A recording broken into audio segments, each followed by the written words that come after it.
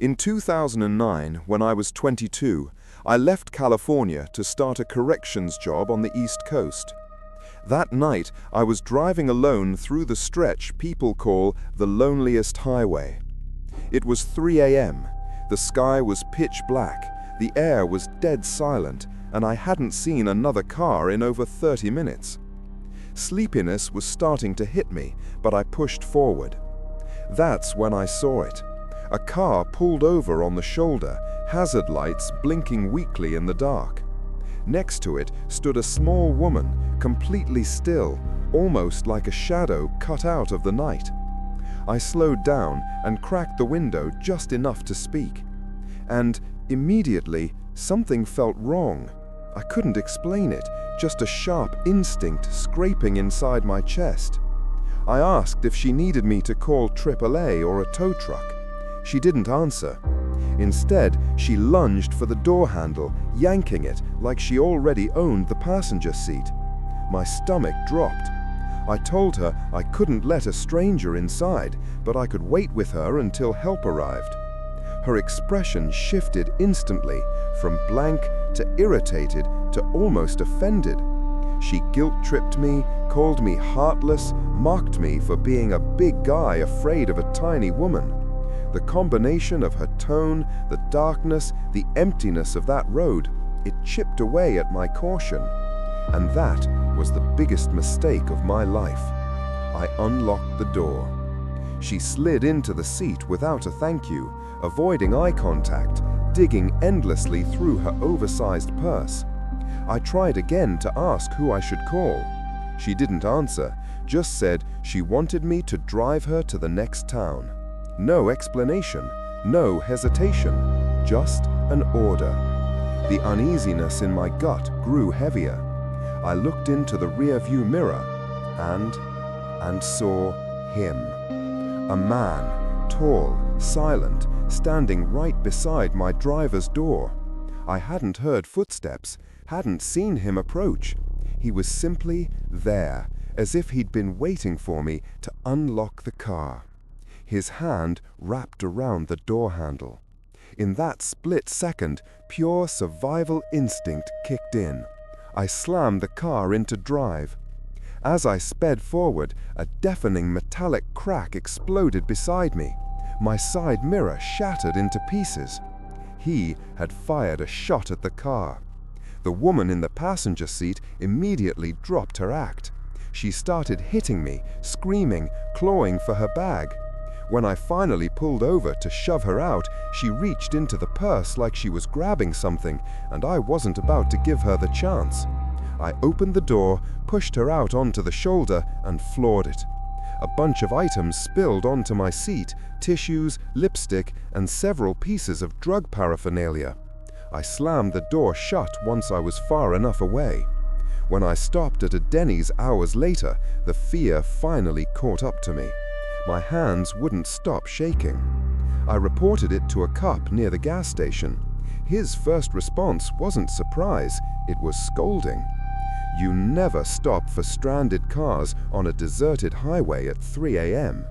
And you definitely don't let anyone inside. He said he'd check it out, but I never heard anything again. I don't know what their plan was. Robbery? Kidnapping? Worse? I never went back to find out. All I know is this. Ever since that night, whenever I see a lone car with blinking hazards on an empty road, I keep driving. I don't stop anymore. Not ever.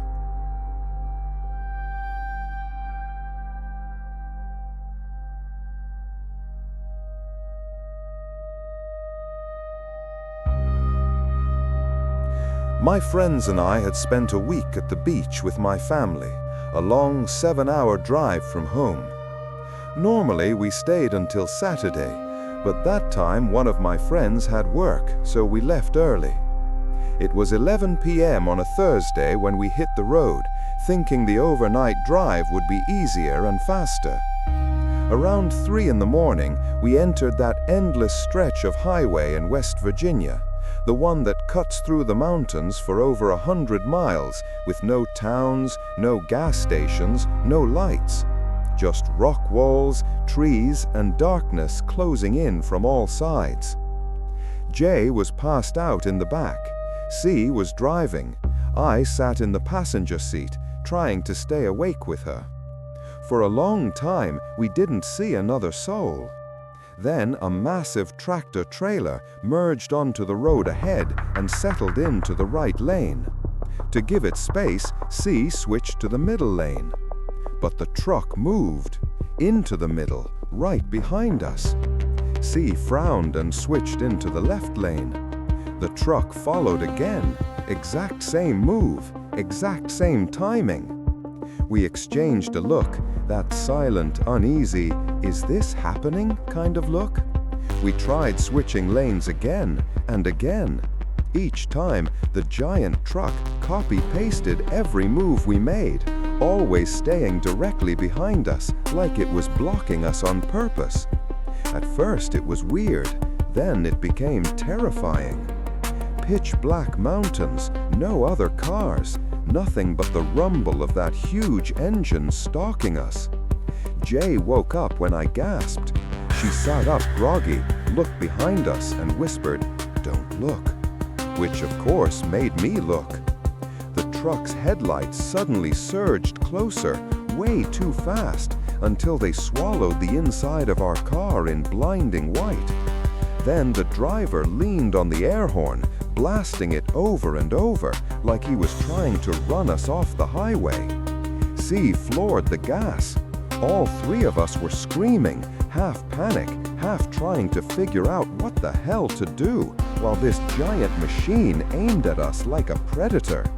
We pushed the car to speeds I'd never seen on the dashboard. The truck stuck to us like glue. Then we reached the exit we actually needed, except the ramp was essentially a giant looping curve. At our speed, taking that turn was practically suicide. If we slowed, the truck would crush us. If we turned, we could spin out and die. C didn't hesitate. She took the curve at nearly 80 miles per hour. The car shook, the tires screamed, and I was sure we were going to flip.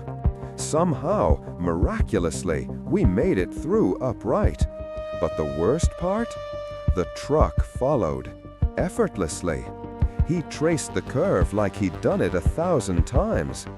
We hit the connecting road, still trying to process what was happening, when suddenly a second tractor-trailer came from another exit and swerved in behind us. Lights flashing, horn blaring. 2 trucks now, both closing in. It felt coordinated, planned, wrong. We didn't have time to think, only run. Luckily, the road started climbing, a steep incline up the mountain. The weight of the trailers slowed them down just enough for us to gain distance. C pushed the car as hard as it would go until the truck's lights finally disappeared behind us. 30 minutes passed before we slowed down. My hands were still shaking violently. When we finally reached the familiar roads near home, the relief was overwhelming, like stepping out of a nightmare. To this day, whenever someone brings up late-night driving, that night comes back instantly. 2 massive trucks in the middle of nowhere, in perfect sync, blocking us, chasing us, hunting us. And the worst part? We never found out why.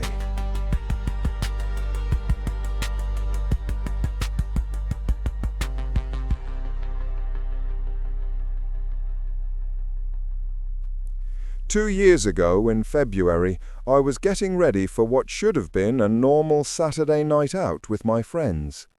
We met at the same club almost every week, nothing special, just a routine to blow off steam. Earlier that day, I had been at my grandparents' house helping with errands. I left in the evening, drove home, showered, got dressed, grabbed my phone, wallet, and keys, the usual checklist. Nothing about the night felt unusual. If I had known what was coming, I would have locked my doors and stayed inside. 15 or 20 minutes after getting on the highway, everything changed. I was in the faster lane, cruising in the 70s, half listening to music, half thinking about how I was running late. Up ahead, on the opposite side of the road, I saw a police car angled oddly toward traffic. I assumed it was a speed trap or routine stop. I didn't think twice. And then, my entire car jerked violently. Not a pothole, not debris, something heavy, too heavy. Every cell in my body understood what had happened before my brain caught up. I had run over a person. I managed to pull onto the shoulder and threw the car into park. The second the car stopped, my whole body fell apart. My breathing broke. My hands shook so badly I dropped my phone trying to pick it up. Cars flew by in the dark, inches from my door, the wind from them rocking the SUV. There was no way to get out and run back, no way to drive the wrong way. All I could do was call for help. When the 911 operator answered, I barely got a sentence out before she said they were already aware. An officer had been calling in. She told me to drive straight to the station. I don't remember that drive. I only remember the numbness. At the police station, they handed me a form to write down what happened. After I turned it in, the woman at the desk told me someone would contact me within the week. I left in a daze. My phone was full of missed calls from my friends. I called my friend Bob and told him I wasn't coming. Told him why. He went silent, then asked if I was okay. I wasn't, not even close. Over the next week, the investigation filled in the details I didn't know. The man I hit was named Brent Thompson, 28 years old. A deputy had pulled him over for expired registration. Brent gave a fake name. When the deputy realized it, Brent panicked and ran. He jumped the fence into the interstate, right into the lane where I happened to be driving. The deputy tried to stop him with a taser. He fell onto the road, and in the darkness, at highway speed, I never saw him. Brent didn't survive. His family filed a lawsuit later, but the district attorney ruled the deputy's actions lawful, and I wasn't charged. On paper, I did everything right.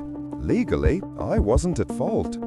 But logic doesn't erase the moment you feel a human body under your tires. It doesn't quiet the sound. It doesn't erase the minutes afterward, the ones that replay in your head forever. I haven't driven a car since that night. People tell me to move on, that it wasn't my fault, that I didn't do anything wrong. But all it takes is one flash, one memory, and my stomach twists like it did that night.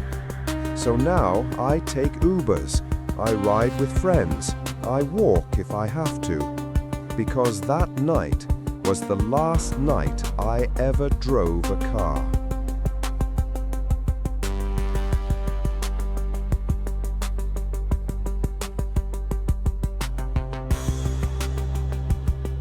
I live in a busy downtown area in Florida, crowded enough to be chaotic, but small enough that you still recognize faces. I'm not the nightlife type. Too many stories about people getting drugged, harassed, or worse. Most nights, I stay home with my dog. But that night, boredom got the best of me.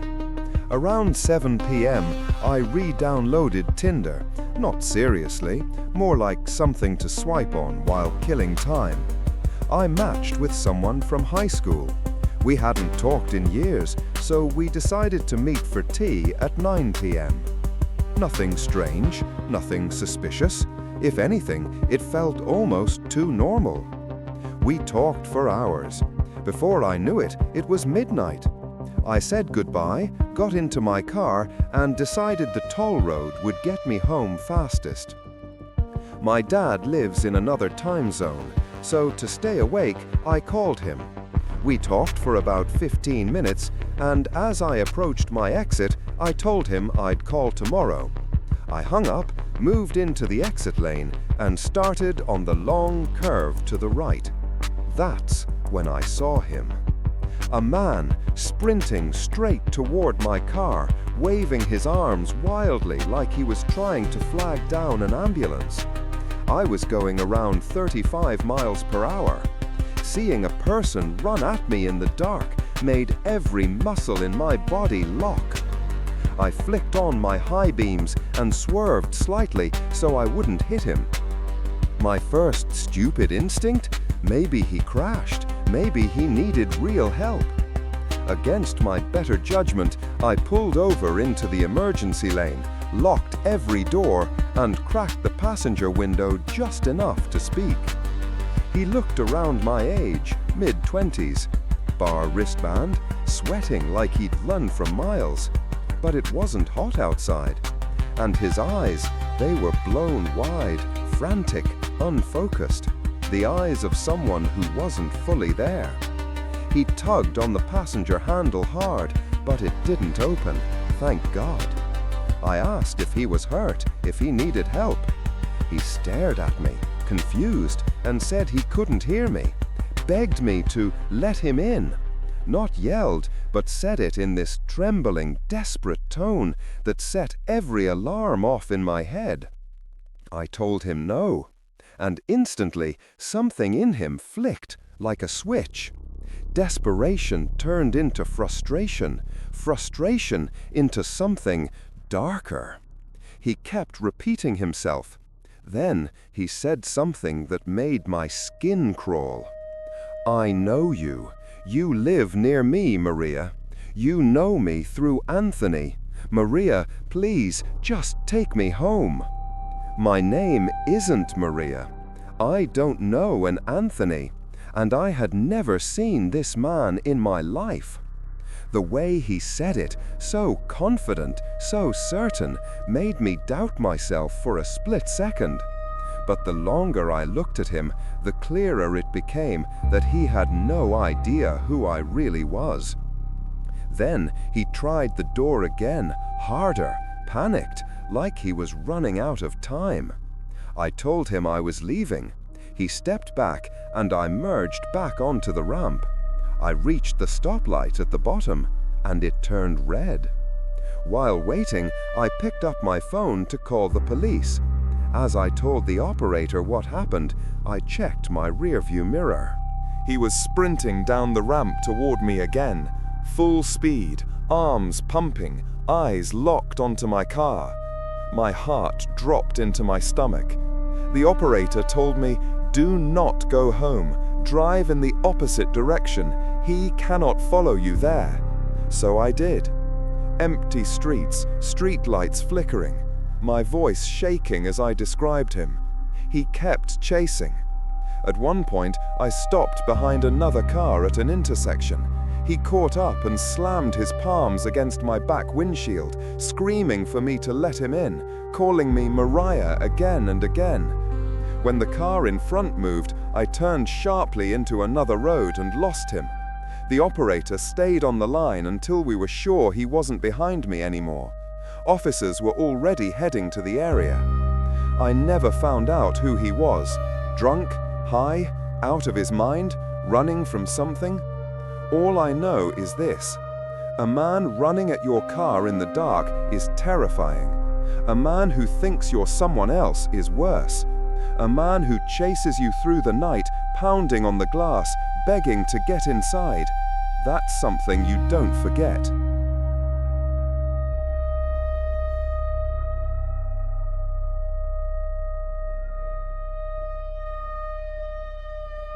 It was last April of my senior year when I finally got the chance to escape the Midwest monotony. My friend Mary, a few years older than me, was moving to Oregon to live with her boyfriend Josh, and since my spring break lined up perfectly with her moving date, I decided to ride along. We left on Friday night around 10:30 p.m. Not ideal, but driving through Chicago in the middle of the night meant no traffic. Saturday felt endless, nothing but flat farmland stretching forever, until we reached Badlands National Park, which gave us a tiny break from the monotony. By 11 p.m. that night, we were exhausted. We booked a hotel in Montana, still hours away, and decided to push through the last stretch. The farther west we drove, the more the world around us disappeared. The towns got smaller, then farther apart, then gone altogether. Just empty land, darkness, and a long, battered road cutting through reservation territory. That's when we first saw it, a big white truck behind us. Harmless at first, just another traveler on the empty highway. But then it got closer and closer, until it was tailgating us. Mary slowed down so it could pass. The moment there was room, the truck shot ahead like it had been waiting for permission. We shrugged it off, maybe a local who knew the roads better. Mary sped up a bit to keep pace and reach the hotel sooner. A few miles later, we reached a turn. The white truck turned too. It pulled into the parking lot of a small, run-down bar at the corner. We relaxed, thinking it was stopping, and continued down the road. Then the truck pulled out and fell in behind us, again. A cold knot twisted in my stomach. I told Mary something felt wrong. She brushed it off, at first. But then she slowed, ready to pull to the shoulder so I could take over driving. Right as she did, headlights exploded in the rearview mirror. The white truck came out of nowhere, accelerating us so fast it forced Mary to jerk the wheel. We barely avoided getting pushed off the road. The truck screeched to a stop about 15 yards ahead. I told Mary, "Do not get out, keep driving."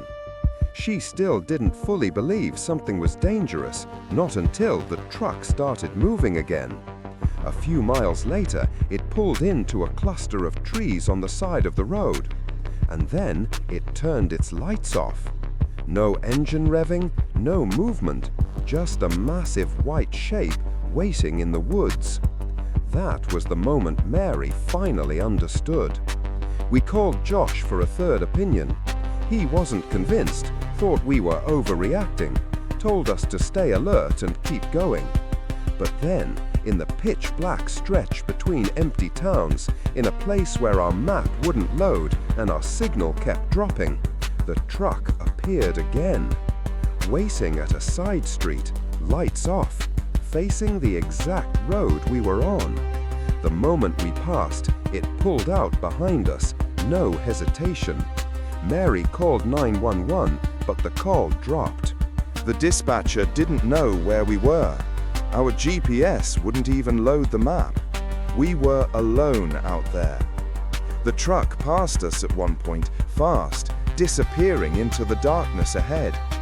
I yelled for Mary to speed up. We needed the license plate. We caught it just before it vanished again. Another 911 call finally went through.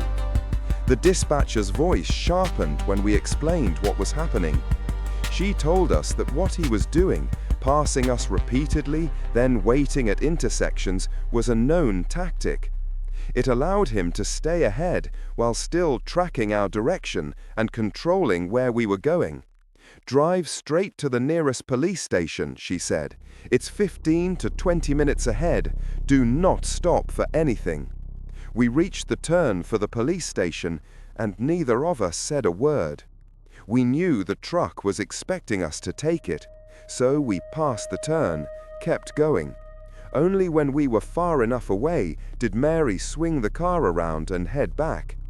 On the return stretch, we passed the white truck going in the opposite direction. He didn't recognize us, not this time.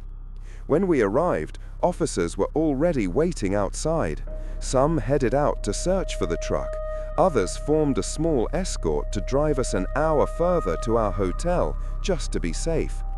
We later calculated that he had followed us, waited for us, tracked us for somewhere between 60 and 70 miles.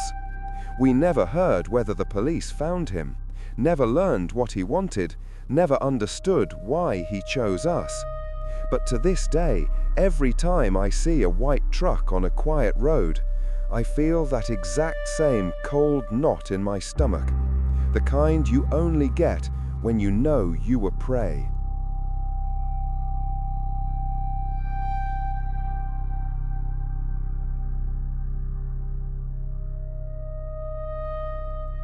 I'm 32, and this happened just 2 nights ago.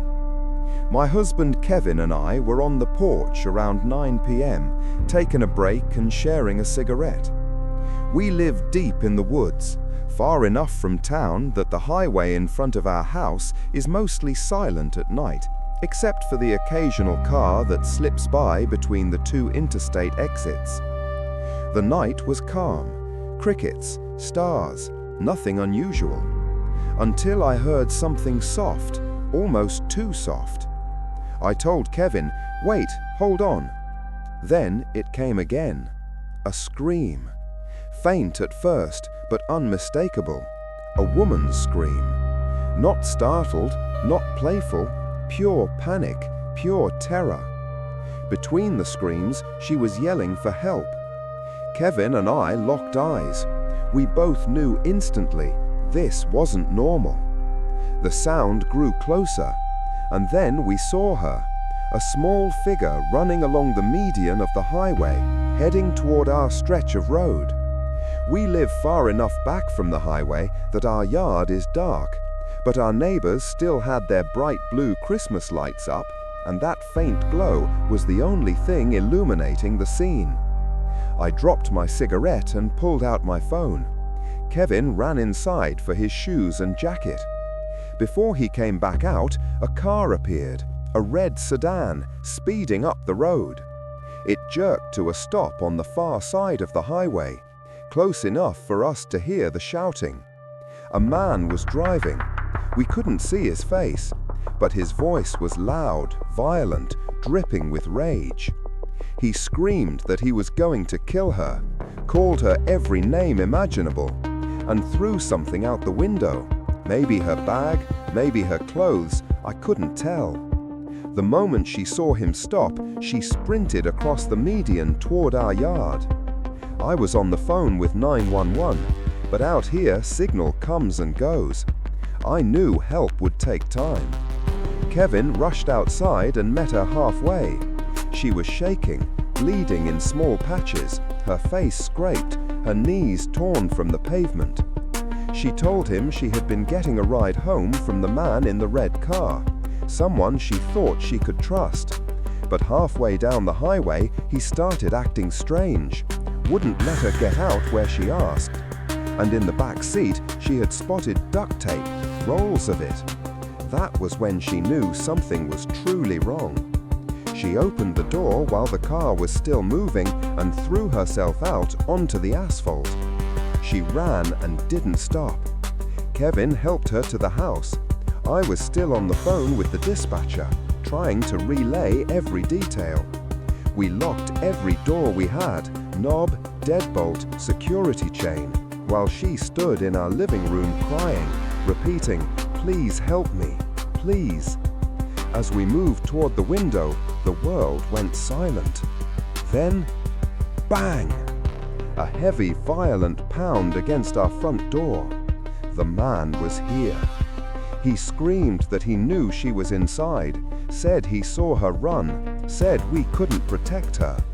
I shouted through the door that the police were already coming. His reply chilled every bone in my body. I don't care. They won't get here in time. Another blow against the door, harder, like he was testing how many hits it would take. I ran to the kitchen and grabbed the biggest knife we owned.